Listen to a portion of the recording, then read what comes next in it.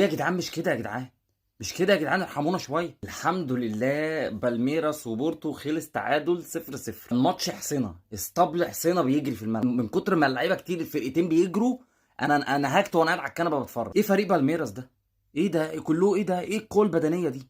ايه التحاماتهم قويه جدا، اقوياء جدا في التحاماتهم. جناح بقى اليمين اللي هو تحت المهاجم ده اللي هو اسمه استيفاو رقم 41، هو حاجه كده. الواد ده عنده 18 سنه، لعيب قوي، مهاري سريع، بيتحرك بين الخطوط 10 على 10، اخطر لاعب في الفرقه حرفيا. عايز اقول لك ان استيفاو ده خرج في الدقيقه 65 من الشوط، من عمر الشوط الثاني، وخد مان اوف ذا ماتش. واضح كده ان احنا قدام فريق صعب جدا جدا جدا السنه دي. بيلعبوا بطريقه 3-4-2-1، على الورق 3-4-3. قدره هايله في الاستحواذ على الكوره، تنوع ملحوظ في الهجمات، انت ما تعرفش الاختراق بيجي لك منين. بيركزوا جدا على اللعب على الاطراف، بعد كده ممكن تلاقي مره واحده بيخترقوا من العمق، شويه شويه تلاقيهم مركزين شويه على حته العرضيات. فريق قوي جدا، بس احنا ان شاء الله نقدر نعدي منه ونقدر نكسبه.